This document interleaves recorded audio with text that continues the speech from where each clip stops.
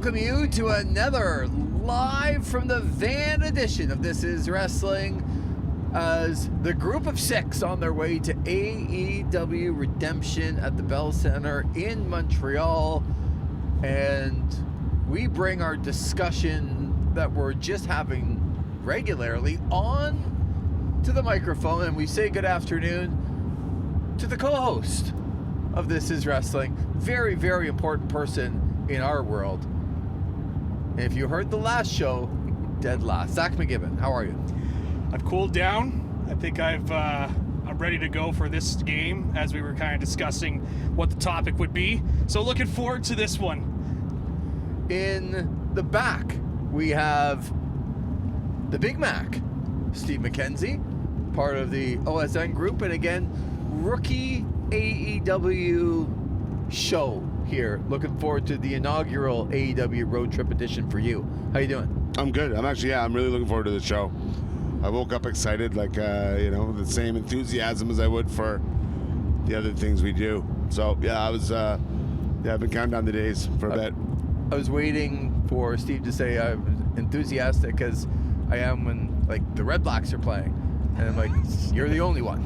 But yes. I was going to say, somebody had to. Somebody has to be that excited to watch them play. From CFRA, the newscaster of the year, I believe, Chris Holski. What is your official fake title that you won? What's my official fake title? I think it's still senior news writer / announcer or something along those lines. What award did you win? I won the Canadian Radio Award Best News Anchor for a major market for 2025. So you are the best newscaster in Canada in 2025? Well, not necessarily. I mean, maybe there's somebody in a smaller market who can kick the crap out of it. Holski, you're on a pro wrestling podcast. You're the best newscaster in the world. Did you just like in a major market, but there's someone in Belleville that's really good? I don't know. Why does Zach know someone? Well, I was going to tell a story of, like, on the Independence, there was a guy that literally competed in strongman competitions, and they were going to promote him as Canada's strongest man, and he was like, no, I only came in third or fourth, and they're like, it's pro wrestling, you're Canada's strongest man. Yeah. You're Canada's top newscaster. It's pro wrestling. We go up front and say hello to Sens Insider on This Is OSN and more. Our good friend Tanner Reil is here. Tanner, how are you? Doing pretty good. Ready for another show as we get closer to Montreal. And the driver extraordinaire, the super fan, Ben Soubliere, as we're mired in a little traffic just outside Montreal. How you doing up there, Benjamin? Doing well. On the topic of making things true in wrestling, Lee Versage once told me he was 6 feet tall, guys. Wow. Wow. That's not true. To be fair, he said once upon a time he might have been 6 feet tall. Oh, I was taller than I was now. I have shrunk. That is absolutely true. But I don't know if I ever got to 6 feet. I think I do. His build height would have been 6 feet when he was facing off against one legendary Red Blacks quarterback. Yes, 100%. I have been known for a couple of tippy toes and stages to stand on. In fact, one time, or for a long time, we're doing the 67th broadcast, I kept a phone book in the rafters of the Civic Center because I had to stand by a gentleman named Ed Hand, who did the games with me. And Ed was about 6'4", and the camera shot was from above. And if you've ever been in TV, when the camera's from above and it's shooting down, it makes people look shorter than what they are. And I'm already a good 6-7 inches shorter than Ed Hand. Right. So I needed a phone book. And I used that phone book, and one day it wasn't there. Somebody took it out of the rafters. I don't know whether they're playing a practical joke, but a very good member of the gang that was producing the games made me a Versage stage. Carved it out, carpentry. Yeah. The Versage. Well, you would have think they would have done that, the Versage, but they did put on the Versage stage. It's like labeled as the Versage stage, and it was their work, not mine. And it was all to make me look a little bit taller. So thank you very much, Ben, for pointing out how short I really am. Speaking of shorts, this edition again will not be. We'll pretend that it's going to be. The long and the short of it. And then it won't be. So yeah, now we call our editions on This Is Wrestling the long and the short of it, because we try to make them short, but sometimes we get talking. Today, what we're going to talk about, in your mind, we've watched wrestling for a long time. You as a listener have watched wrestling for a long time, and there's always a couple of moves that you go, oh, I would not want to be on the receiving end of that.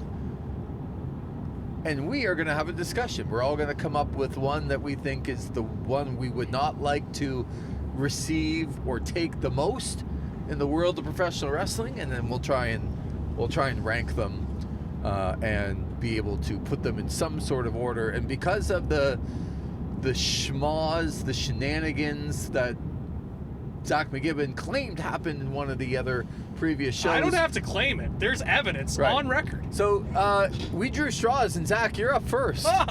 Excellent. Can you believe that? Unbelievable. Yeah, I can believe it. Yeah. Now, if I lose this one, I mean, I really don't have any other excuse at this point. Thank you. So this is why you're going first. So I want to have it on the record. So I'll start off the conversation. The first thing I thought of when we were discussing this topic and thinking of stuff to do for a game and moves we didn't want to take, I think this is going to be a move that will pop both Ben and Holski. I would not want to take the Steenalizer. And I don't know if you remember the Steenalizer. You're going to have to describe it to our listening audience. Yes. The Steenalizer is essentially you crouch, you got the guy in the powerbomb position, but then you're holding on to his neck and kind of crouching forward. And then you lift him up and you throw him backwards, trying to land on the back of his neck over your head, almost like a German suplex style. It is not a move I would want to take at all. And there was one, Kevin Steen didn't use this move, but it was in a New Japan match, and Hiromu Takahashi took this move, and it broke his neck, and he was out for a year and a half. So, great. Yes. So I would not like to take the Steenalizer. Okay. Yeah. I would, for those trying to visualize it, I call it almost like, it's like a package pile driver setup into like a fall away slam where you land on your neck. Yep. Fun. It is not a fun. Sounds very safe, really. You know. Yes. Yeah. All right, Tanner Reil. I've got a WWE one that I think would be pretty bad because there's just no way around like avoiding the pain. And I'm going to Finn Balor. His finishing move, the coup de grace. Right. Yeah. Which, for those unaware, he jumps off the top rope and then just stomps on your midsection. And he actually connects on like a 5-knuckle shuffle or something like that.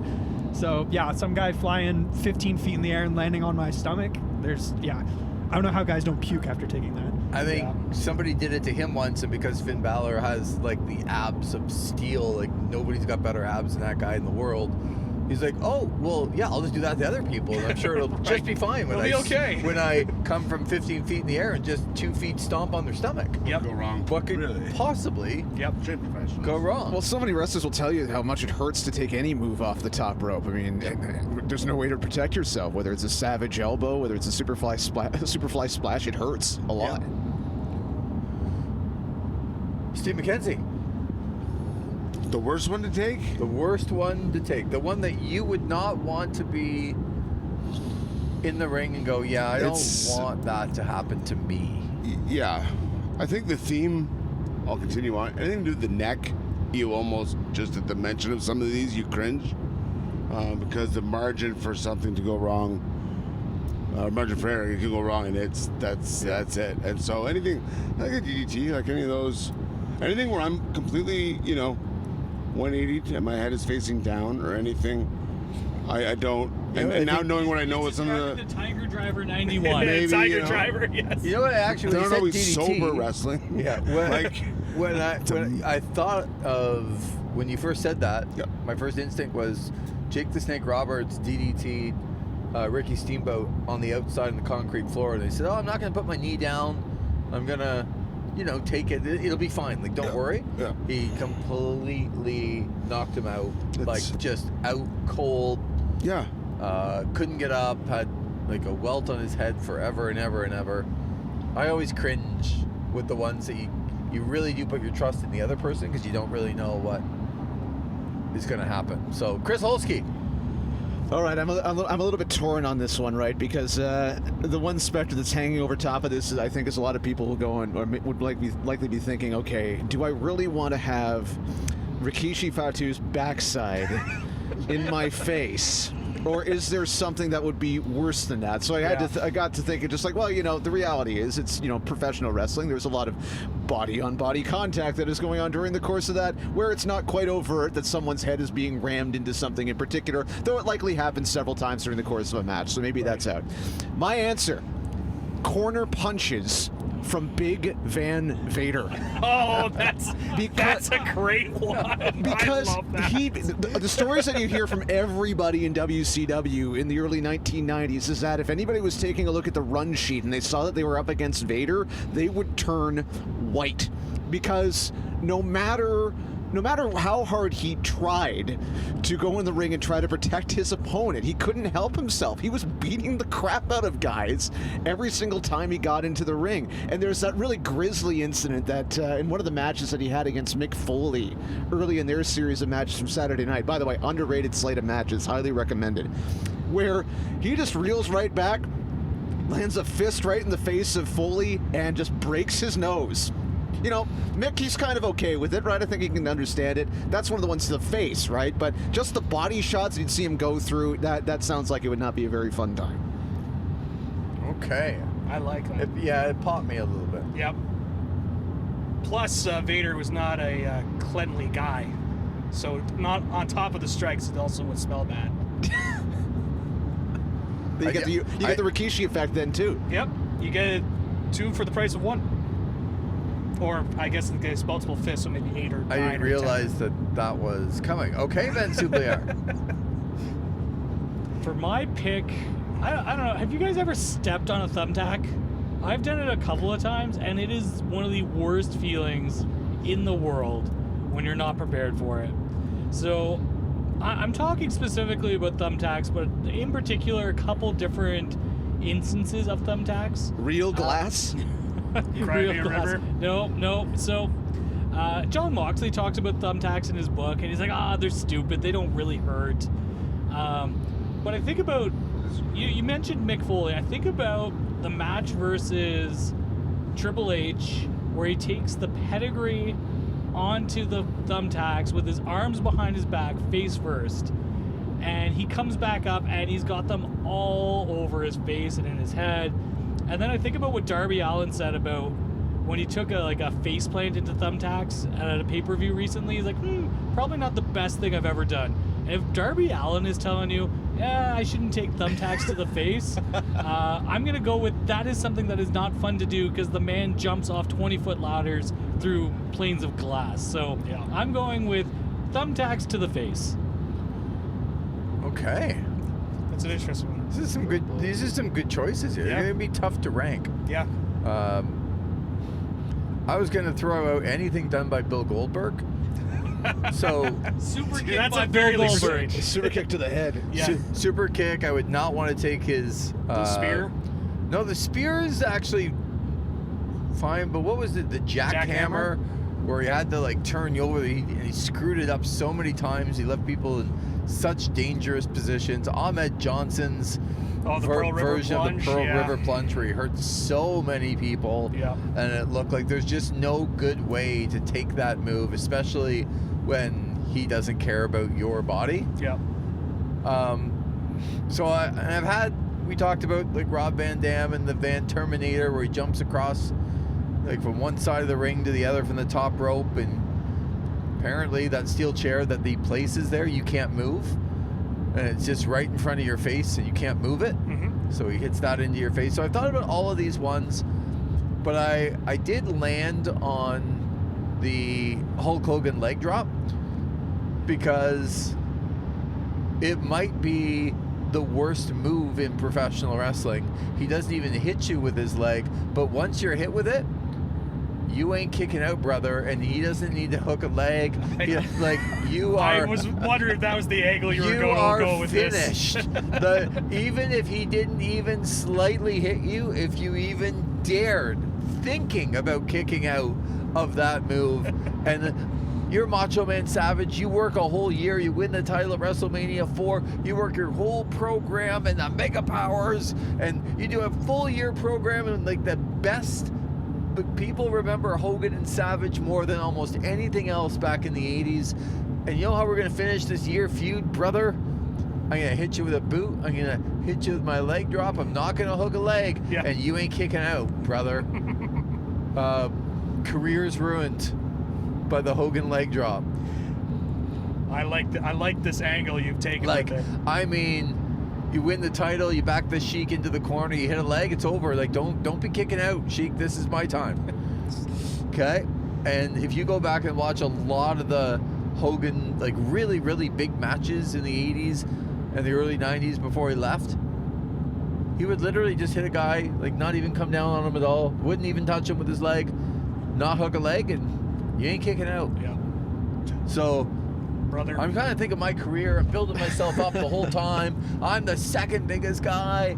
And then Hulk's going to hit me with a leg, and that's going to be it for me in my career. So I'm going to go with the Hogan leg drop. All right. Here's my only counter to that. If you're wrestling Hulk Hogan, you're in the main event. Yeah. You're going to get paid money in the main event. Yeah, one time. So I'd and be then it's willing to over. take that yeah, leg but then drop. Then it's done. Get that big payday, brother. You Hit what? the pay window. You get paid one time, and then you're out, and you're happy with that? It was a pretty big gate during that time, Oh, Lee. stop it. $5,000 in 1984 is looking pretty good. I agree. I tell the body slam me at that point. Zach's willing to sell his soul for one time for $5,000. Brother, $20 for an 8x10, brother. Are we going to add, it's just like if we're talking about paying money for an 8x10, we're going to add Virgil's side Russian leg sweep? Yes. So, There you go. as we're going to AEW Redemption and I see Montreal in the distance there, I would like to throw in, just as one of those things right now, a couple of moves that we're probably going to see tonight. Kyle Fletcher's The Brainbuster? Brainbuster on the top of the corner, especially if the padding is not there, which he's done a couple of times. I would not want to be anywhere near that. For the record, that was Generico's move first, even though I love both men. Yeah. He's But got I his was take just- on tonight. I was only saying that because of what we're going to see tonight. We could see that move tonight. And his former partner in United Empire, Mark Davis, has this weird, like, I'm not even really going to set up, but I'm going to pile drive you, and it looks crazy. Yeah. And I also I'll, would not want to be a part of that one either. I'll throw this out as well as an honorable mention to represent the man on my shirt. I'm going to say the Burning Hammer. It's also a move I don't want to take. Essentially getting spiked on the top of your head backwards. Would you prefer to be chopped by Kento Kobashi, though? That's a great question. All I know is that I will take the Hogan leg drop if I'm getting part of the gate on that night. So, yeah, that's a great question. I would want neither for the record, but if I had to choose, I could probably deal with the chops. What about the Steiner screwdriver? Yeah, that's a good one. That's a good one. The Steiner screwdriver? Yeah, peak Steiner Brothers. This is when Scott. Well, what was it, 92. though? Suplex into a tombstone pile driver. Yeah, like you would lift high the guy velocity. up and then turn it into a tombstone. Yeah, So those- like a Meltzer driver, really? In a way, but it's the singles version of that. apparently that pick was so bad that they've had to have sirens. Can hear. Holler if you hear me. Look at you guys, eh? Steve's like, who am I going with right now? Are you Is he- second guessing your decision? Not at all. No. What have I No. done? The three guys are yelling, We are in- holla, if you hear me. As an ambulance goes by on the 20 highway as we go into Montreal, yes. Nobody said the package pile driver from Kevin Steen either, which I was like, oh. The Steen Elizer I think is worse than the package pile driver once you see it, because it's like at least you know where you're going. Like when you're up in the air the other way, it's a little bit more unpredictable. All you know is that's going to land on the back of your neck. Okay, so Ben, you heard all the choices. What is your first overall pick? I think first overall pick. Oh, I'm gonna go with the Steenalizer. The Steenalizer. Steenalizer goes first. Might be the Vader one. I don't want him wailing on me in the corner. I didn't think that's a really good one. Vader's a really strong pick. Not like an impactful move, but just anything that he does. I'm obviously going to away. pick Steenizer 1, but I do like that Vader pick in the top 3. Chris Holski, Well, I'm going to stick with my Vader selection. Steve MacKenzie. I'm staying the course as well. Oh man, do we put Vader at number 1 just with his stiff punches? Everybody has a plan until they get punched in the face. Yes, Accurate. that's what Mike Tyson once said. Correct. It's true. Are we fine with Vader at 1? I'm more comfortable with the top 3. Not at 1 though. There's a chance. over the Steenizer? No. Four people just voted for Vader number 1. I know. I like Vader's like. I see the argument for it. Steelizers, it's more of a life-threatening thing if it doesn't land, as opposed to Vader's where you're just getting a black eye, you know. And I'm not saying I want to take it. It's a compelling case. Yep. What about for $5,000? Yeah. Well, you know what? I've cut at the gate. You know. Sell my 8x10s and my T-shirts, and then Right. maybe pretty happy. I like how you have your posts sell out. Of course. Oh, he's Extreme Zach. revenue. I've been doing independent wrestling for a couple Zach's of an years. independent wrestler. When you talk with a couple of indie wrestlers, you start to pick up on some lingo. Are we happy with the Steenizer 1, Vader 2? Yes. Yeah, I'm we good are. with it at 1. I disagree. If the Steenializer's done properly, then you don't get hurt at all. If you're in the corner and Vader's coming to punch you, you're getting hurt no matter what. That's a good counterpoint. I disagree, but it's a good counterpoint. Okay. This is a tough one. It is a tough one. This is not as explosive as the first one. No. That was partially my fault too, but Really? yeah. Huh. And when I mean partially, probably like 60, 70%, So let's. maybe 80. I'm gonna err on the side of an actual move as opposed to just a tough guy punching. Like, I agree, the Vader stuff, but we asked people for like a finishing move that you wouldn't want to take, and the Steenizer, I feel like, is a real move as opposed to what Vader's doing. Mm-hmm. Fair? No? So I'm we've had alright. 2 discussions on the way here, and it seems that the 2 hosts of This Is Wrestling are going to be the ones that will have selections that are selected. See, Holski's now starting to ask some questions. Could we say the Vader bomb, maybe?